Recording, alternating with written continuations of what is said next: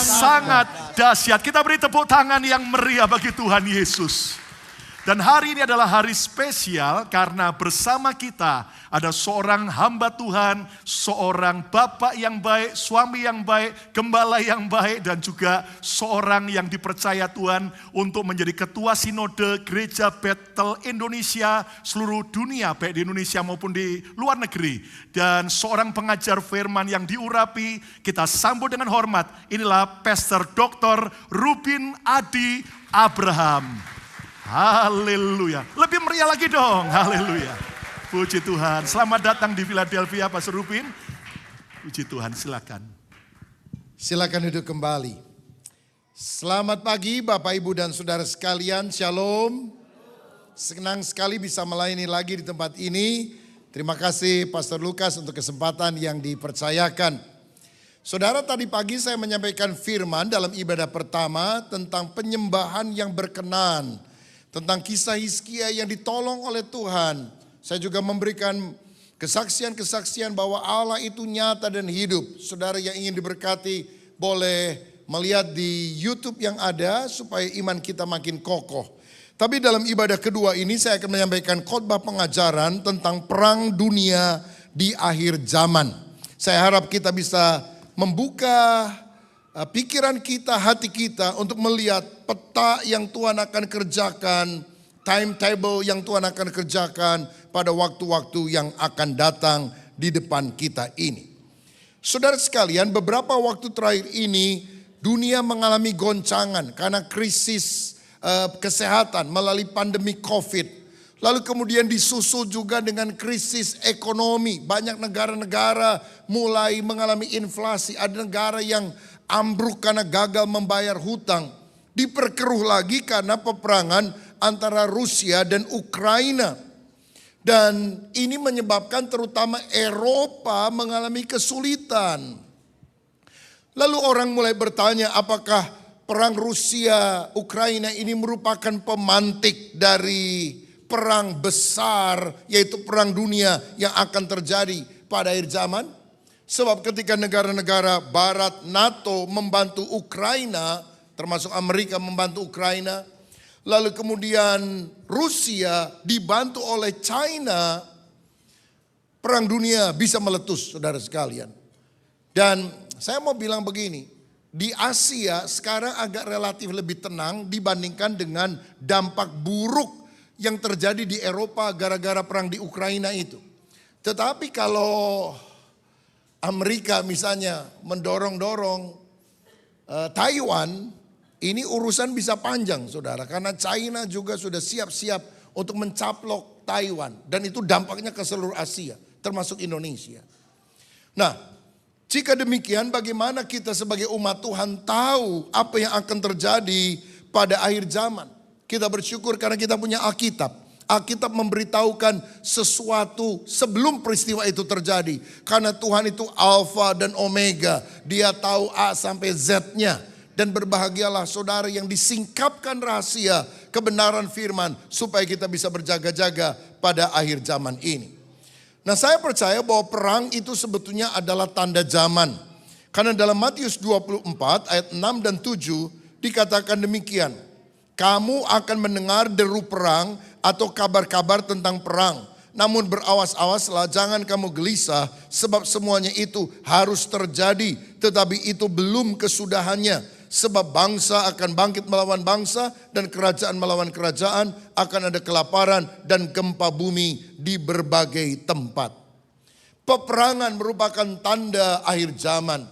Nah, di dalam akhir zaman ini akan ada dua perang besar yang kita perlu waspadai. Yang pertama disebut sebagai perang Gog dan Magog. Itu dicatat dalam Yeskiel 38 dan 39.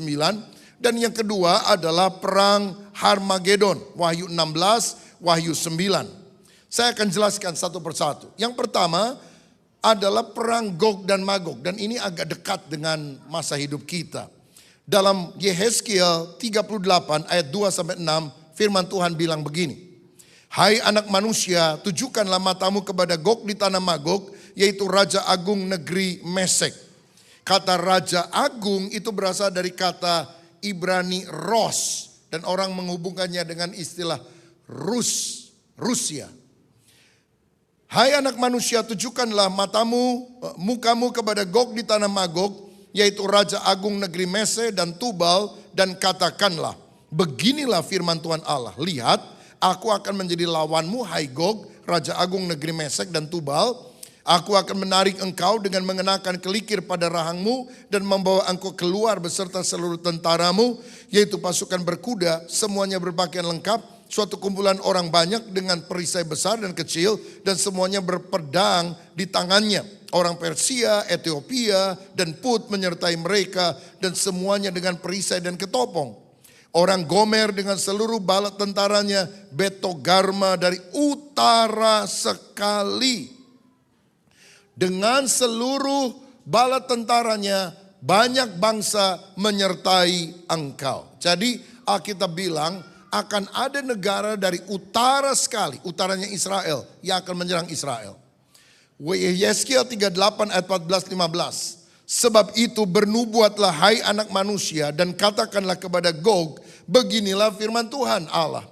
Ketika umatku Israel sedang diam dengan aman tentram, pada waktu itulah engkau akan bergerak dan datang dari tempatmu. Dari mana? Dari utara sekali. Nah saudara, dari ayat ini jelas kita melihat akan ada serangan dari utara sekali. Kalau kita lihat peta dunia, maka di atas Israel sebelah utaranya itu Turki. Dan akan menjadi mitra daripada negara di atasnya lagi, di utaranya lagi, yaitu Rusia atau negara yang dulu disebut sebagai Uni Soviet. Nah, disebut ada beberapa nama di sana.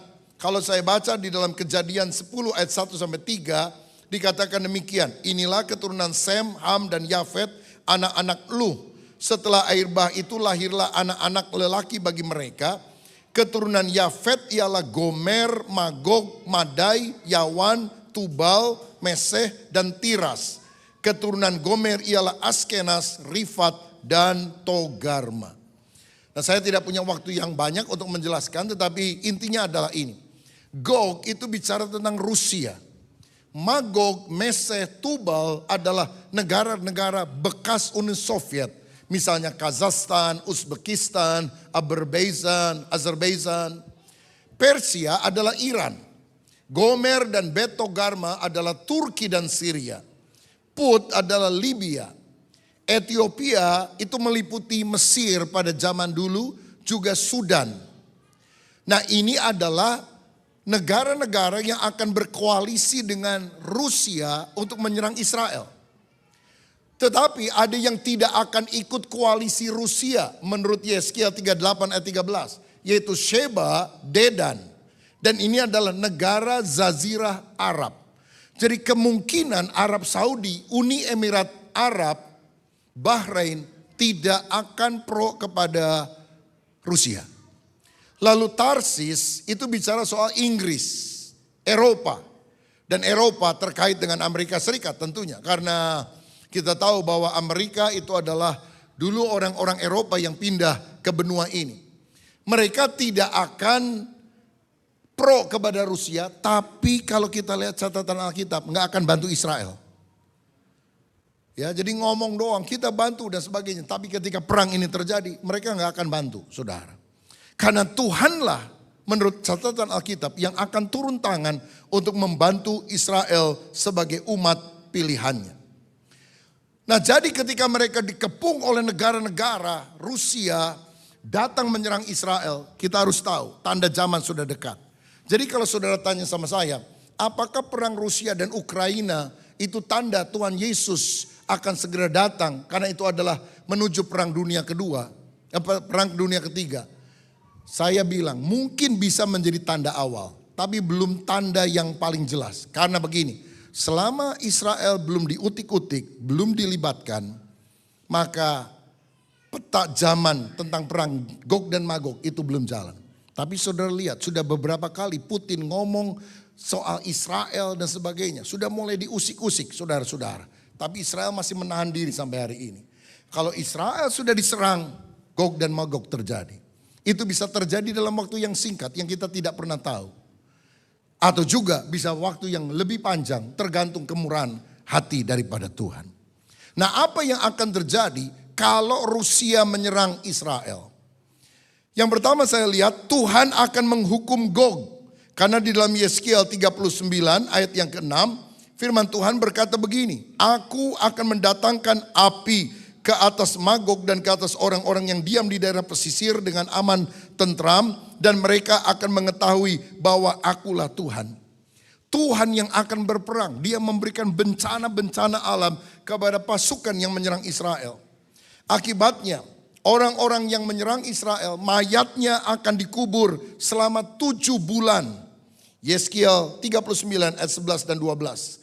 Maka pada hari itu aku akan memberikan kepada Gog suatu tempat di mana dia akan dikubur di Israel, yaitu lembah penyeberangan di sebelah timur dari laut. Dan kuburan itu akan menghalangi orang-orang yang menyeberang. Di sana Gog akan dikuburkan dengan semua halayak ramai yang mengikutinya, dan tempat itu akan disebut lembah halayak ramai Gog. Ayat 12. Kaum Israel akan mengubur mereka selama berapa lama? 7 bulan dengan maksud mentahirkan tanah itu. Bukan gara-gara Amerika tolong Israel loh saudara. Ya sekarang aja saya bantu. Ya, nyatanya sih ya bantu uang mungkin, bantu senjata iya. Israel juga akan mengalami hal yang sama. Karena pada waktu itulah Tuhan sendiri akan menyatakan kuasanya dengan melalui berbagai bencana. Musuh-musuhnya akan diporak-porandakan. Kalau saudara lihat di perjanjian lama, kadang-kadang orang Israel mau perang, musuhnya banyak banget, lalu mereka mati duluan. Tadi pagi saya khotbah, satu malaikat diutus Tuhan untuk melawan orang Asyur, 185.000 orang mati sekaligus. Dan ini akan terjadi pada akhir zaman. Karena pengalaman Alkitab akan terjadi di dunia nyata pada masa ini. Lalu kemudian senjata Gog akan dibakar selama 7 tahun. Yeskiel 39 ayat 9. Dan yang diam di kota-kota Israel akan keluar dan menyalakan api serta membakar semua perlengkapan senjata Gog, yaitu perisai kecil dan besar, busur dan panah, tongkat pemukul dan tombak, dan mereka membakarnya selama 7 tahun. Orangnya dikubur 7 bulan, senjatanya dibakar 7 tahun. Ini akan terjadi dengan Rusia dan negara-negara yang menyerang Israel. Dan kemungkinan besar pada waktu itu akan terjadi pertobatan 144.000 orang Israel. Artinya semua orang-orang yang ditetapkan oleh Allah untuk menjadi umatnya akan diselamatkan. Karena bangsa Yahudi itu bangsa yang tegar tengkuk saudara. Karena itu perlu dihajar habis-habisan dulu. Kalau orang gak bisa diajar, dihajar. Jadi jangan keras hati loh saudara. Engkau diajar oleh Pak Lukas dengan firman, masih keras hati, dihajar sama Tuhan. Nah, itu yang akan terjadi dengan umat Yahudi. Akhirnya mereka bertobat karena mereka lihat, ternyata yang menolong mereka bukan Amerika. Ternyata yang menolong mereka adalah Yahweh, Allahnya Abraham, Ishak dan Yakub, yang juga adalah penolong kita yang kita kenal dalam nama Tuhan Yesus Kristus. Nah, berikutnya ada perang yang disebut Harmagedon. Wahyu 16 ayat 12 dan 16 bilang gini. Dan malaikat yang ke-6 menumpahkan cawannya ke atas sungai yang besar, sungai Efrat. Lalu keringlah airnya, supaya siaplah jalan bagi raja-raja yang datang dari sebelah mana? Timur. Lalu ia mengumpulkan mereka di tempat yang dalam bahasa Ibrani disebut Harmagedon. Jadi perang Gog dan Magog, utara dan selatan, Rusia dan juga negara-negara Afrika itu akan menjepit Israel. Tapi di kemudian hari ada perang kedua, yaitu barat, negara-negara barat dengan negara-negara timur akan menjepit Israel. Jadi kalau utara, selatan, barat dan timur ya perang dunia saudara. Jadi perang kedua ini adalah perang Harmagedon. Menariknya perang Harmagedon ini akan diawali dahulu dengan 7 tahun pemerintahan antikristus yang akan muncul di akhir zaman. Saya bacakan 1 Yohanes 2 ayat 18. Anak-anakku, waktu ini adalah waktu yang terakhir, dan seperti yang telah kamu dengar, seorang antikristus akan datang.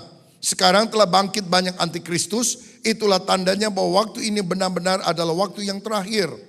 Daniel 9 ayat 27. Raja itu, antikris maksudnya, akan membuat perjanjian menjadi berat bagi banyak orang selama 1 kali 7 masa. Artinya 7 tahun. Ini masa pemerintahan antikris. Pada pertengahan 7 masa itu, artinya 3,5 tahun, dia akan mengakhiri persembahan korban dan persembahan sajian. Dan di atas sayap kekejian akan datang pembinasaan sampai kesudahan yang telah ditetapkan akan menimpa pembinasa itu. Jadi sebelum perang Harmagedon akan terjadi satu pemerintahan selama 7 tahun. Kita nggak tahu namanya siapa, tapi Alkitab menjulukinya sebagai Antikristus. Dan Antikristus ini akan membuat perjanjian damai dengan Israel. Supaya Israel bisa membangun kembali bait Allah. Saudara, kemungkinan Antikris ini akan muncul dari negara Uni Eropa. Sekali lagi kemungkinan, karena Alkitab menunjukkan dengan jelas ayat-ayatnya. Tapi dalam konteks sekarang apa itu? Nah, di sini ada penafsiran. Dan kemungkinan itu dari Uni Eropa, di mana 10 negara bersama-sama di bekas kerajaan Romawi yang dahulu akan bergabung. Dan Antikris akan mendukung Israel untuk mendirikan kembali bait suci. Yang disebut sebagai bait suci yang ketiga. Nah saudara-saudara, saya perlu jelaskan sedikit. Bait Allah yang pertama itu didirikan oleh Salomo. Sangat megah dan bagus. Tapi kemudian dihancurkan oleh kerajaan Babilonia yang dipimpin Nebukadnezar pada tahun 586 sebelum Masehi. Kemudian Israel ditawan selama 70 tahun ke Babel. Tetapi atas pemerintahan Koresi dari kerajaan Media Persia yang mengalahkan Babel, mereka boleh balik kembali. Kita kenal Zerubabel, Nehemia, Esra balik kembali ke Yerusalem. Dan dia membangun kembali bait Allah yang sudah runtuh itu menjadi bait Allah yang kedua. Kecil, tidak bagus. Tapi kemudian hari Herodes untuk menarik simpati orang Yahudi memperluas tembok tersebut, memperluas bait sucinya. Dan sampai hari ini kita bisa lihat bait suci itu masih ada sisanya. Karena bait Allah yang paling besar itu dibangun oleh Herodes, lebih besar dari bait Allah Salomo. Tetapi kemudian tahun 70 Masehi dihancurkan oleh Jenderal Titus dari Roma dan orang Yahudi terserak selama berabad-abad ke seluruh dunia. Sisanya itu disebut sebagai tembok ratapan ya, yang di ujung sebelah kanan ini. Saya tahu beberapa di antara saudara baru kembali dari Israel dan yang ke Israel pasti akan dapat insight yang lebih jelas soal ini. Ya, jadi orang-orang sekarang berdoa di sana. Tembok ratapan itu bukan bait Allahnya. Itu adalah tembok luar yang dibangun oleh Herodes ketika bait Allah itu diperbesar. Ya. Tembok ratapan ada di Israel. Saudara tahu ada satu tembok ratapan lagi di Paris. Dan biasanya tembok ratapan yang meratap adalah para pria. Karena ibu-ibu pergi ke toko Louis Vuitton, ke Hermes, maka suami meratap di pinggir tembok. Saudara sekalian. Haleluya.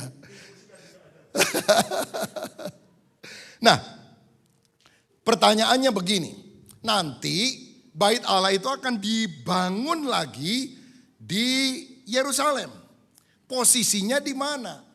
Nah, sampai hari ini kebanyakan orang yakin bahwa itu akan dibangun di tempat Dome of the Rock, yaitu Masjid Kubah emas. Karena dipercaya bahwa Abraham pernah mempersembahkan anaknya Ishak di tempat itu. Dipercaya juga oleh umat muslim bahwa Nabi Muhammad itu Isra dan Mi'raj naik ke sorga dari batu tersebut, saudara. Jadi kemungkinan tempatnya akan ada di situ. Masalahnya kalau masjid diruntuhkan, diganti menjadi, bukan gereja ya, diganti oleh bait Allah. Apa enggak perang dunia ini? Dan ini akan menjadi masalah yang sangat besar. Namun saudara, walaupun pada tradisi Yahudi sampai hari ini percaya bahwa tembok itu atau bait Allah itu ada di Dome of the Rock. Tapi menurut Alkitab dan penggalian arkeologi, kalau kita selidiki dengan seksama. Ternyata bait Allah itu ada di tempat pengirikan orang yang namanya Ornan. 2 Tawarikh 3 ayat 1. Dan ada di atas mata air Gihon. 1 Raja-Raja 1 ayat 33. Masalahnya di Dome of the Rock itu tidak ada air yang mengalir. Hanya ada batu besar. Kenapa di bait Allah perlu ada air yang mengalir? Karena bait Allah itu kan tempat persembahan korban. Itu korbannya banyak sekali, darah di mana-mana. Kalau nggak ada mata airnya, gimana mereka punya kemampuan untuk membersihkan darah tersebut? Jadi di tempat itu dulu ada mata air. Nah, Yesus bilang tidak ada batu bertumbuk di sana karena dihancurkan. Dan kita lihat juga tidak ada mata air di sana. Sehingga beberapa kelompok mengatakan kemungkinan itu bukan di Dome of the Rock, tetapi di sampingnya, di samping kirinya. Jika itu benar, maka bisa jadi bait Allah akan dibangun di sebelahnya, bukan persis di Dome of the Rock. Dan kalau ini terjadi, mungkin akan lebih bisa diterima daripada bangunan masjidnya dihancurkan. Tapi mana yang lebih banyak percaya? Orang lebih banyak percaya di Dome of the Rock. Dan ini masih menjadi pergumulan, saudara, juga bagi orang-orang Yahudi yang ada di sana. Tapi izinkan saya bacakan Wahyu 11 ayat 1 dan 2 yang mungkin ada kaitan dengan hal ini. Dikatakan demikian. Kemudian diberikan kepadaku sebatang bulu seperti tongkat pengukur rupanya dengan kata-kata yang berikut. Bangunlah dan ukurlah bait suci Allah dan mezbah dan mereka yang beribadah di dalamnya. Ayat 2. Tetapi kecualikanlah pelataran bait suci yang di sebelah luarnya. Jangan engkau mengukurnya karena ia telah diberikan kepada bangsa-bangsa lain dan mereka akan menginjak kota suci 42 bulan lamanya, 3,5 tahun. Jadi rupanya kalau bait suci yang ketiga dibangun itu lebih kecil dari bait yang dibangun oleh Herodes. Karena pelatarannya itu tidak bisa dibangun, sudah diserahkan kepada bangsa lain. Saudara-saudara, jadi ini yang akan kita lihat pada hari-hari di depan kita. Nah, setelah 3,5 tahun, Antikris akan mengingkari perjanjian. Karena gini, Antikris memerintah 7 tahun. Dia bikin perjanjian damai dengan Israel. Kamu boleh bangun bait Allah. Tapi setelah bait Allahnya dibangun, pertengahan perjanjian itu dia batalkan. Karena Antikris minta dia yang disembah sebagai Tuhan. Dia akan menjadi penguasa dunia.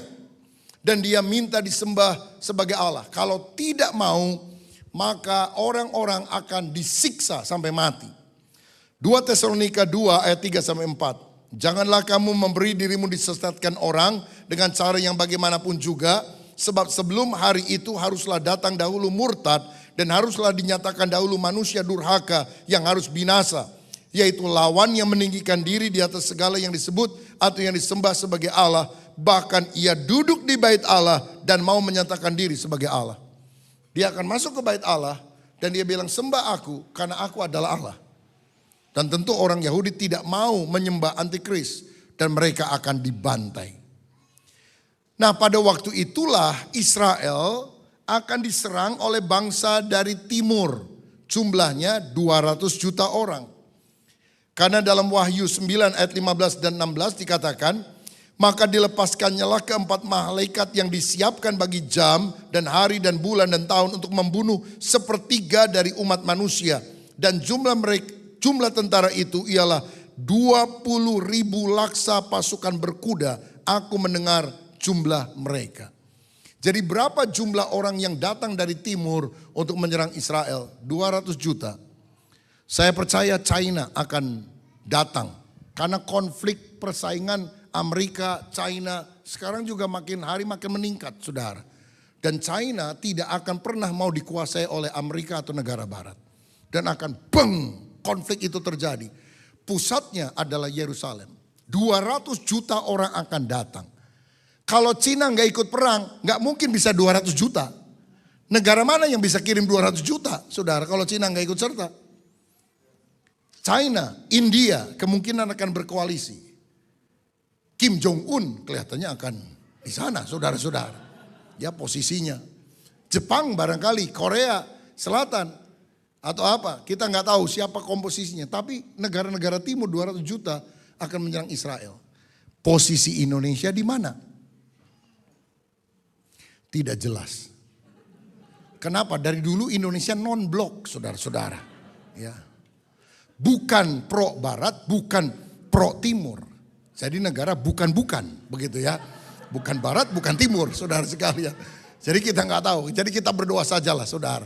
Tapi ini petanya yang kita harus tahu. Setelah utara, Rusia, dan selatan, Afrika berkoalisi menjepit Israel. Tuhan hujani dengan bencana alam, hujan es, hujan batu dan sebagainya, orang-orang mati. Lalu kemudian timur dan barat akan menjepit Israel. Rebutan, saudara-saudara. Nah, pada waktu itulah di akhir perang Harmagedon, Tuhan Yesus akan datang dan antikristus akan ditangkap. Lalu nabi palsu juga akan dilemparkan bersama-sama ke lautan api yang disebut sebagai Gehenna atau neraka.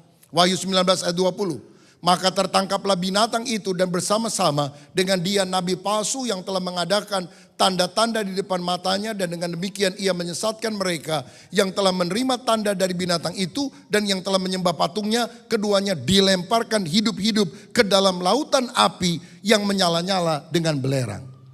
Jadi menurut kesaksian Alkitab ini, yang pertama kali dilemparkan ke neraka itu bukan setan. Yang dilemparkan pertama ke neraka siapa? Antikris dan nabi palsu. Jadi terus terang saya pribadi dari hasil penggalian Alkitab tidak percaya kalau ada orang bilang saya pernah dapat penglihatan tentang neraka. Saya lihat di neraka ada Michael Jackson katanya.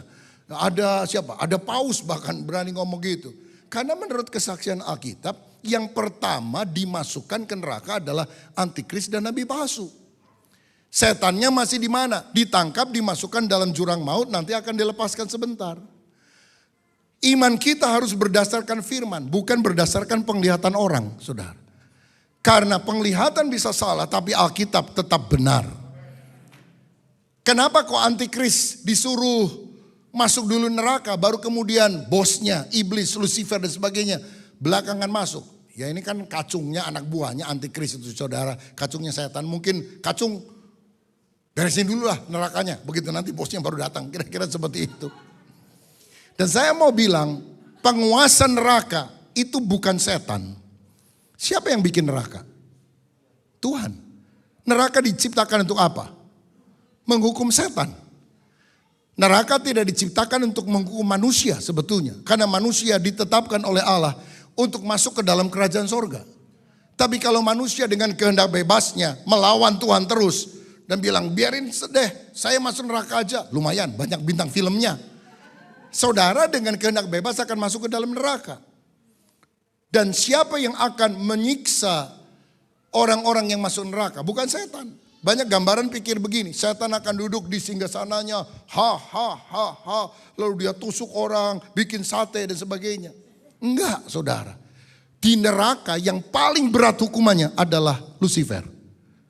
Setan. Bagaimana dia bisa menyiksa orang lain? Wong dia yang paling disiksa. Itu gambaran yang paling alkitabiah. Karena mereka akan disiksa oleh nyala api dan penguasa sorga. Termasuk penguasa neraka, penciptanya adalah Tuhan. Tuhan akan memberikan pahala kepada orang yang takut akan dia. Tapi akan menghukum mereka yang mengikuti jalan hidup daripada si iblis. Jangan sampai masuk neraka. Kita percaya Yesus, Tuhan menyediakan sorga bagi setiap orang yang percaya kepadanya. Boleh katakan, boleh juga ketik bagi saudara yang online, saya mau masuk sorga. 2, 3, saya mau masuk sorga. Saudara mau masuk sorga? Haleluya, ketik ya, saya mau masuk sorga. Caranya gimana? Percaya kepada Yesus, maka engkau akan selamat, engkau dan seisi keluargamu. Nah kalau Yesus datang, dia akan mendirikan kerajaan 1000 tahun damai di dunia ini. Dia akan mendarat di Bukit Zaitun, bukan di Philadelphia, percayalah saudara. Dia akan mendarat di Bukit Zaitun, dia akan menggenapi janji kepada Abraham. Karena Tuhan pernah ngomong gini kepada Abraham, Israel itu teritorialnya dari sungai Mesir, Nil, sampai sungai Efrat di Irak. Jadi wilayah Israel itu akan besar dari Mesir sampai ke Irak. Dan Tuhan pernah bilang kepada Daud bahwa di atas tahta Daud akan datang raja yang kekal, yang tahtanya kokoh selama-lamanya. Siapa keturunan Daud yang pernah jadi raja kekal? Nggak ada, semuanya mati. Kecuali nanti Yesus. Karena itu Yesus digelari sebagai anak Daud. Bukan sekedar keturunan Daud. Tapi dia adalah Mesias yang akan datang. Jadi kalau saudara Natalan kadang nyanyi Malam Kudus kan. Ada bait yang bilang begini. Kristus anak Daud. Kristus anak Daud. Itu bukan sekedar Yesus anaknya Daud, keturunannya Daud. Tapi dia adalah keturunan kesekian dari Daud yang akan memerintah sebagai Mesias, raja yang kekal sampai selama-lamanya. Karena itu percayalah kepada dia. Ibu kotanya adalah Yerusalem. Selanjutnya kerajaan 1000 tahun ini akan merger, akan bergabung dengan langit baru dan bumi baru. Karena langit dan bumi baru yang sekarang, yang lama ini akan lenyap saudara sekalian. Dan Tuhan akan mengganti dengan langit baru dan bumi baru. Ibu kotanya adalah Yerusalem baru yang turun dari sorga. Kerajaan 1000 tahun bukan di sorga, di bumi. Ibu kotanya Yerusalem yang ada di Palestina. Tetapi nanti Yerusalem baru turun dari sorga ke bumi yang baru. Dan itulah kerajaan Allah yang kekal sampai selama-lamanya. Jadi siapkan diri karena ada 2 perang besar yang akan terjadi di depan kita. Yaitu pertama perang apa? Gog dan Magog. Utara, selatan menjepit Israel. Yang kedua adalah perang Harmagedon. Barat dan timur menjepit Israel. Antikris akan memerintah. Kita tidak menantikan antikris. Kita menantikan Kristus yang akan datang kembali. Menghancurkan seluruh pekerjaan antikris. Menghancurkan seluruh pekerjaan iblis. Sebagai penutup, konklusi saya 3 poin ini. Supaya saudara bisa mengaplikasikan dalam hidup. Pertama, belajar memahami nubuatan akhir zaman yang sudah dan belum digenapi. Sehingga kita yakin keakuratan Alkitab dan tidak diombang-ambingkan oleh berbagai angin pengajaran. Saudara mesti rajin baca Alkitab. Ini sudah akhir zaman, jadi perlu tahu petanya kemana. Kita perlu khotbah-khotbah yang membangun iman tentang Tuhan menjawab doa, Tuhan melakukan mujizat. Tentu itu sesuatu yang sangat penting untuk kebutuhan sehari-hari dalam pergumulan kita. Tapi pahami nubuatan Alkitab supaya kita tahu Alkitab itu akurat, benar. Apa yang Tuhan katakan tidak mungkin meleset. Kalau Tuhan sudah menggenapi peristiwa-peristiwa yang dia tulis pada masa lalu, yang belum digenapi akan segera digenapi. Gak lama lagi semua nubuatan Alkitab akan mencapai penggenapannya. Yang kedua, persiapkan diri karena kedatangan Tuhan sudah semakin dekat. Mari kita tinggalkan perkara duniawi. Hidup berjaga-jaga seperti 5 gadis bijaksana yang menyiapkan pelita dan minyaknya. Minyak urapan Roh Kudus harus selalu ada dalam hidup kita. Ayo berkobar-kobar bagi Tuhan. Saya mau bilang, sehabis pandemi ini, ada banyak orang-orang yang kemudian meninggalkan pelayanan. Sudah tidak datang lagi ke rumah Tuhan. Saya tahu ada alasan tertentu, mungkin karena kesehatan dan sebagainya. Tapi kalau engkau menjadi malas, rohmu tidak berkobar-kobar, rohmu tidak menyala-nyala. Saudara hati-hati, kedatangan Tuhan sudah sangat singkat. Ayo kita sungguh-sungguh lagi berkobar-kobar untuk kemuliaan nama Tuhan. Mengapa kerja bisa, makan di restoran bisa, ke gereja masih banyak alasan. Rohmu yang padam saudara. Ayo datang menyembah Tuhan karena waktunya sudah semakin singkat. Ibadah online perlu dilakukan, tapi ibadah onsite juga punya dimensi yang tidak bisa dipenuhi hanya dengan ibadah online saja. Keduanya harus saling melengkapi satu dengan yang lain. Yang ketiga, yang terakhir, perbanyak doa agar masa anugerah keselamatan masih diberikan dan kita makin giat untuk memberitakan Injil. Aduh, gimana ya? Tuhan mau datang. Ini izin tinggal saya di Amerika Serikat belum keluar ini. Duit belum banyak, rumah belum ada, anak belum kawin. Saudara, Tuhan gak nunggu anak saudara kawin dulu baru dia datang. Karena agendanya tidak ditentukan oleh rencana kita, tapi rencana dia. Jadi kita bekerja harus dengan rajin, punya visi ke depan dan sebagainya. Tapi hati harus selalu berjaga. Karena Tuhan bisa datang kapan saja. Yang penting kita siap sedia dan berdoa. Saya suka doa gini, Tuhan kalau boleh berikan anugerah-Mu. Sehingga kami masih punya masa untuk memberitakan Injil. Supaya orang-orang yang belum percaya diselamatkan. Doanya jangan gini, Tuhan tolong berikan masa anugerah agar aku bisa kawin lagi. Wah enggak boleh saudara sekalian. Agar aku punya uang yang lebih banyak. Bukan itu tujuannya. Agar aku bisa memenangkan lebih banyak jiwa untuk kemuliaan nama Tuhan. Sehingga masa yang sisa kita gunakan hanya untuk kemuliaan nama Tuhan Yesus Kristus. Ini doa saya, saudara bisa dicelikan tentang apa yang akan terjadi di depan kita. Dan kita berjaga-jaga sampai Maranatha, ya Tuhan datanglah dengan segera. Amin. Tuhan Yesus memberkati. Haleluya.